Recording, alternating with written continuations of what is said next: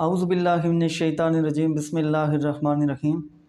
House of justice से मैं हूं सरदार आमिर ज़हीर एडवोकेट। और आज जिस टॉपिक पर मैं बात करने जा रहा हूं उसके बारे में मुझे व्हाट्सएप पर बहुत सारे दोस्तों के मैसेजेस वगैरह आए हैं कि जब हम ज़मीन ख़रीदते हैं तो हमें रजिस्ट्री करवानी चाहिए या इंतकाल बेहतर होता है।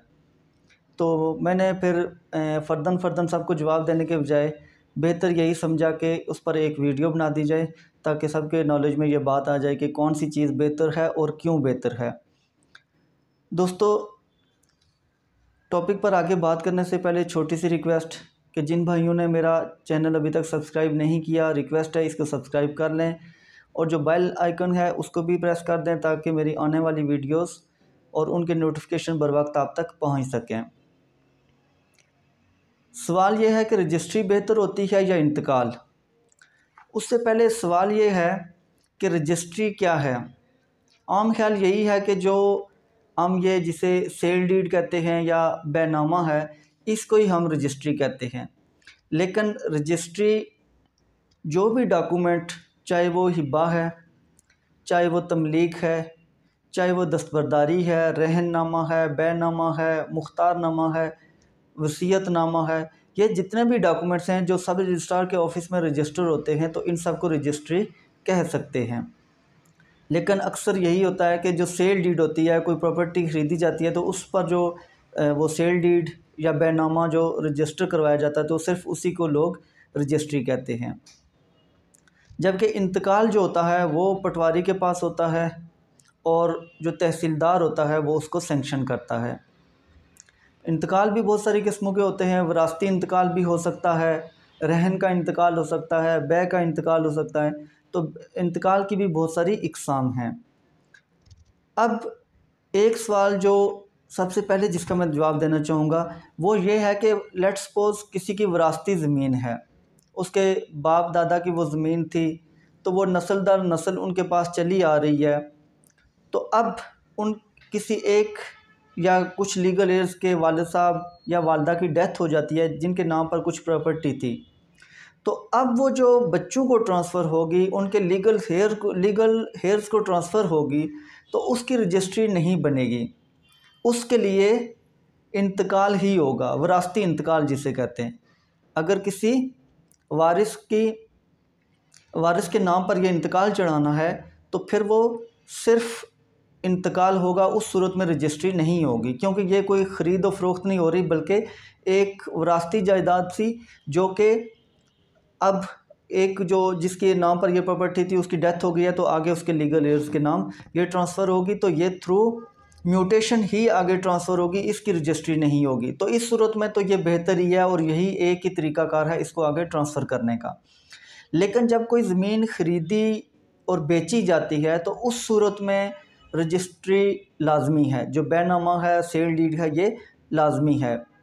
उसके लिए ट्रांसफ़र ऑफ प्रॉपर्टी एक्ट जो 1882 का है उसकी सेक्शन 54 अगर खोलें तो उसमें सबसे पहले सेल डिफ़ाइंड है कि transfer of ownership in exchange of price, के ऐसी जो भी इमूवेबल प्रॉपर्टी जो जिसकी ऑनरशिप ट्रांसफ़र हो रही है, जिसकी मलकियत एक आदमी से दूसरे आदमी को मुंतकिल हो रही है और वो कुछ रकम के बदले में ट्रांसफ़र हो रही है तो उसके लिए उसे सेल कहते हैं। और उसके लिए उस डॉक्यूमेंट को जिसके थ्रू ये प्रॉपर्टी ट्रांसफ़र हो रही है, उसकी ऑनरशिप ट्रांसफ़र हो रही है तो उसको रजिस्टर करवाना लाजमी है।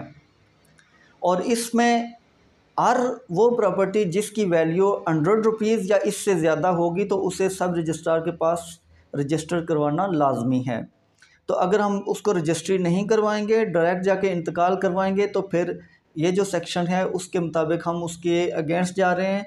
और उसको कल जब मनसूखी के लिए अगर कोई दूसरी पार्टी आ जाती है, कोई और जो मतलब इफेक्टिव है, तो वो अगर कोर्ट में आ जाता है तो वो उसको ईज़िली मनसूख करवा सकता है इंतकाल को।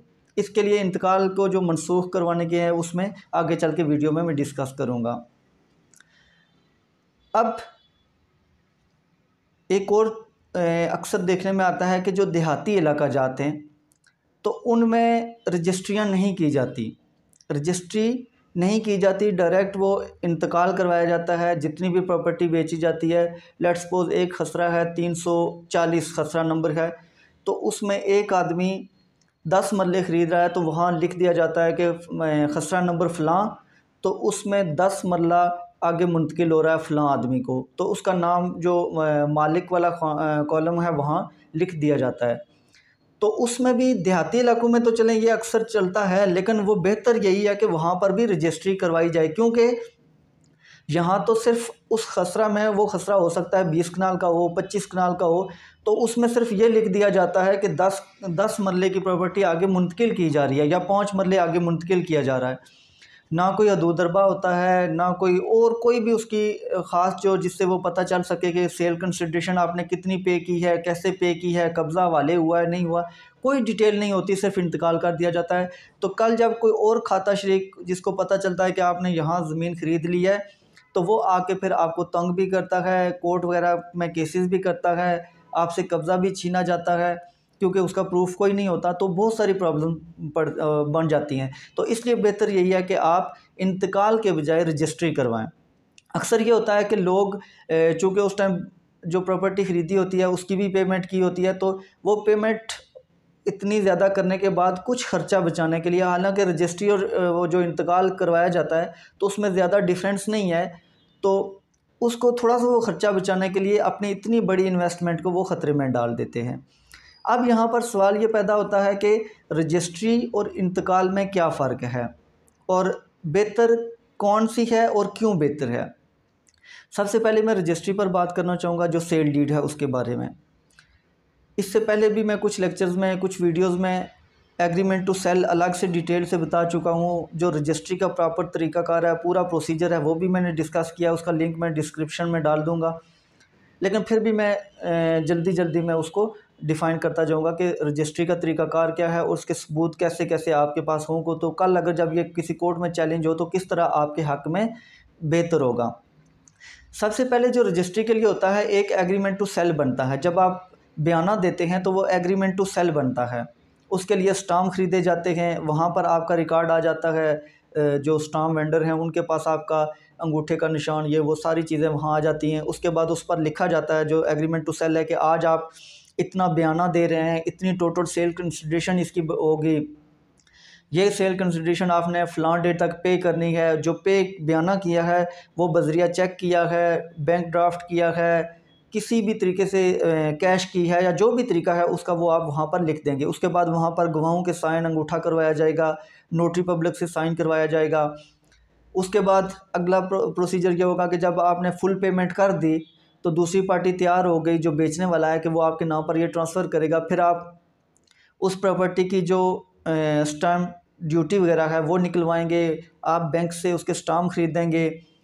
उसके बाद जब वो ड्राफ्ट की जाएगी, जो सेल डीड है उसको तहरीर किया जाएगा, तो उसमें लिखा जाएगा बेचने वाले का नाम, वल्दियत, सारी डिटेल लिखी जाएगी। फिर ख़रीदने वाले की लिखी जाएगी। फिर उसमें जो प्रॉपर्टी की डिस्क्रिप्शन है वो कौन से खेवर्ड, खतूनी, खसरा नंबर में है, आप कितनी ख़रीद रहे हैं, हदूदरबा कौन सा है, हदूदरबा का मतलब है कि उसके मशरिक़ में कौन सी प्रॉपर्टी है, मगरिब में कौन सी है, शुमाल जनूब में कौन कौन सी प्रॉपर्टी है, और कौन कौन उसके मालिक हैं, उनका डिटेल लिखी जाती है। तो हदूदरबा में आपका क्लियर हो जाता है कि आपकी प्रॉपर्टी के अगर एक 10 मरले का प्लाट है तो उसके साथ जो चारों तरफ जिस चीज़ की प्रॉपर्टी है वो उनके नाम लिख दिए जाते हैं। तो आपकी जो प्रॉपर्टी है वो ईज़िली पता चल जाता है कि ये प्रॉपर्टी आपको दी जा रही है। उसके बाद कब्ज़े का लिखा जाता है कि इसका कब्ज़ा आपके हवाले कर दिया गया है। उसके अलावा जब एंड पर गवाहान जो होते हैं उनके साइन अंगूठा करवाया जाता है, जो बेचने वाला है उसका साइन अंगूठा करवाया जाता है।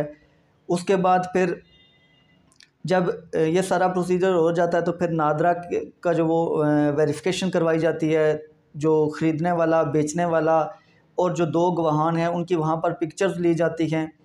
तो इसलिए ये इतना सारा प्रोसीजर करने के बाद कल जब किसी जगह पर ये चैलेंज हो जाएगी तो आपके लिए प्रूफ होंगे, बहुत सारे आपके पास एविडेंस होंगे कि आपने ये सारा प्रोसीजर अडॉप्ट किया है। अब इसके बजाय अगर इंतकाल होता है तो इंतकाल किस तरह होता है, आप एक प्रॉपर्टी ख़रीदते हैं, डायरेक्ट पटवारी के पास जाते हैं। पटवारी क्या करेगा, वो इंतकाल आगे आपके नाम चढ़ाएगा। खाना जो मालिक वाला खाना है वहाँ आपका नाम इंटर कर देगा और लिख देगा कि 10 मरला मुंतकला। उसमें कोई डिटेल नहीं लिखी होगी कि कब्ज़ा आपको मिला है या नहीं, इस प्रॉपर्टी का हदूद दरबा कौन सा है, आपने इसकी कितनी पेमेंट की है, कैसे की है। उसके अलावा कोई नादरा की वेरिफिकेशन वगैरह नहीं होगी, कोई पिक्चर्स नहीं होंगी कि किस किस की मौजूदगी में की है। तो वो पटवारी सिर्फ आपके नाम इंतकाल करेगा और बाद अज़ां वो तहसीलदार से उसको सेंक्शन करवा लेगा, साइन हो जाएगा। तो इस तरह जो इंतकाल है वो बहुत वीक डॉक्यूमेंट है। ये किसी भी मौका पर चैलेंज अगर हो जाता है तो ईज़िली ये मनसूख भी हो जाता है। इसके बजाय रजिस्ट्री को मनसूख करवाने के लिए बहुत स्ट्रॉन्ग एविडेंस की ज़रूरत होती है। जो दूसरी पार्टी से चैलेंज करेगी तो उसके पास बहुत स्ट्रॉन्ग एविडेंस हो कि ये जो सारा प्रोसीजर हुआ ये गलत था, झूठ था, फ्रॉड था। तो उसके लिए वो उन्हें साबित करना पड़ेगा। रजिस्ट्री को कैंसिल करवाना मुश्किल होता है, जबकि इंतकाल होता है वो इजीली, क्योंकि वो एक पटवारी ने किया होता है तो इजीली वो मनसूख हो जाता है। उसके अलावा जो रजिस्ट्री को अगर कोई मनसूख करवाएंगे तो उसके लिए सिविल कोर्ट में जाना पड़ता है, वहाँ जाके दावा करना पड़ता है। जबकि इंतकाल है, अगर ये बहुत पुरानी एंट्रीज़ हैं तो फिर तो सिविल कोर्ट में जाएगा। अदरवाइज़ ये रेवेन्यू जो ऑफिसर हैं उसके पास भी अथॉरिटी है कि ये इसको वो भी इसको मनसूख कर सकता है। आखिर में मैं व्यूअर्स आपके साथ एक जजमेंट शेयर करना चाहूँगा। जजमेंट है 2019 CLC 335, 2019 CLC 335। इसमें मुअज़्ज़ज़ अदालत ने यह करार दिया कि जो रेवेन्यू रिकॉर्ड में एंट्रीज़ होती हैं वो कोई टाइटल कन्फर नहीं करती, बल्कि रेवेन्यू रिकॉर्ड की जो एंट्रीज़ होती हैं वो सिर्फ़ जो मालियाती मकसद के लिए मेंटेन की जाती हैं। तो इसलिए ये जो जितनी भी एंट्रीज़ होती हैं तो ये कोई भी टाइटल क्रिएट नहीं करती। तो इसलिए इतनी बड़ी इन्वेस्टमेंट करके जहाँ पर आपने एक ज़मीन ख़रीदी है जिसकी मालियत करोड़ों की है, तो छोटी सी अमाउंट बचाने के लिए आप अपनी इतनी बड़ी इन्वेस्टमेंट को उस सारी को ख़तरे में डाल देते हैं और वो इन्वेस्टमेंट किसी भी टाइम आपकी डूब सकती है। क्योंकि आप अगर वो थोड़ी सी पेमेंट बचाने के लिए रजिस्ट्री के बजाय आप जाके इंतकाल करवा लेंगे तो उसको फिर जब कल चैलेंज किया जाएगा किसी भी फोरम पर, तो वो अगर मनसूख हो गई तो आपने जितनी इन्वेस्टमेंट की है जो करोड़ों रुपए में भी हो सकती है तो वो आपकी डूब जाएगी। तो इसलिए एंड आखिर में मैं अपनी रिकमेंडेशन मैं ये देना चाहूँगा कि जब भी आप कोई प्रॉपर्टी ख़रीदें, चाहे देहाती इलाके में हो या शहरी इलाके में हो, कंटोनमेंट बोर्ड के इलाके में हो, कहीं भी हो, आपने उसकी सेल डीड लाजमन रजिस्टर करवानी है। जब सेल डीड रजिस्टर करवा लें तो उसके बाद आपने दूसरा जो काम करना है वो इंतकाल का करना है। ये नहीं कि आपने सेल डीड उसकी बनवा ली, रजिस्ट्री का करवा ली तो आप कहें कि उसके बाद इंतकाल की ज़रूरत नहीं है। अगर इंतकाल नहीं करवाएंगे तो उसमें भी ये होगा कि जो पटवारी होते हैं, जब आप इंतकाल नहीं करवाते तो आपका जो वो फ़र्द वाला जो होता है कि जिस तरह आपने अगर रजिस्ट्री करवाई है तो फ़र्द बै की ज़रूरत पड़ी है तो पटवारी से फ़र्द बै मिलता है, तो वो रजिस्ट्री के लिए लाजमी होता है। तो अगर आप अपना इंतकाल आगे नहीं करवाएंगे तो आपका जो रेवेन्यू रिकॉर्ड में एंट्री है वो पुराने मालिक के नाम पर ही रहेगी। तो कल वो मालिक उसको मिसयूज़ करते हुए फ़र्द बै की कॉपी वहाँ से लेके यही प्रॉपर्टी जो आपकी रजिस्ट्री भी आपके नाम पर हो चुकी है वो किसी और को बेच सकता है। इसके बारे में मैंने एक डिटेल वीडियो भी बनाई हुई थी कि इंतकाल रजिस्ट्री के बाद क्यों ज़रूरी होता है और अगर आप नहीं करेंगे तो कैसे पटवारी या जो उसका पहले वाला मालिक है वो कैसे फ्रॉड कर सकते हैं। तो उसका लिंक मैं डिस्क्रिप्शन में डाल लूँगा। आज मैं इतनी उसमें डिटेल डिस्कस नहीं कर सकता, तो उसको देख लीजिए। तो वो इंतकाल भी लाजमी है, लेकिन पहले आप रजिस्ट्री करवाएं, रजिस्ट्री करवाने के बाद फिर अपने नाम पर इंतकाल भी ज़रूर करवाएं। व्यूअर्स, उम्मीद है आज की वीडियो आपको पसंद आई होगी। अगर पसंद आई है तो इसको अपने दोस्तों के साथ शेयर भी कर दीजिए। इसी के साथ इजाज़त चाहूँगा। फ़ी इमानिल्लाह।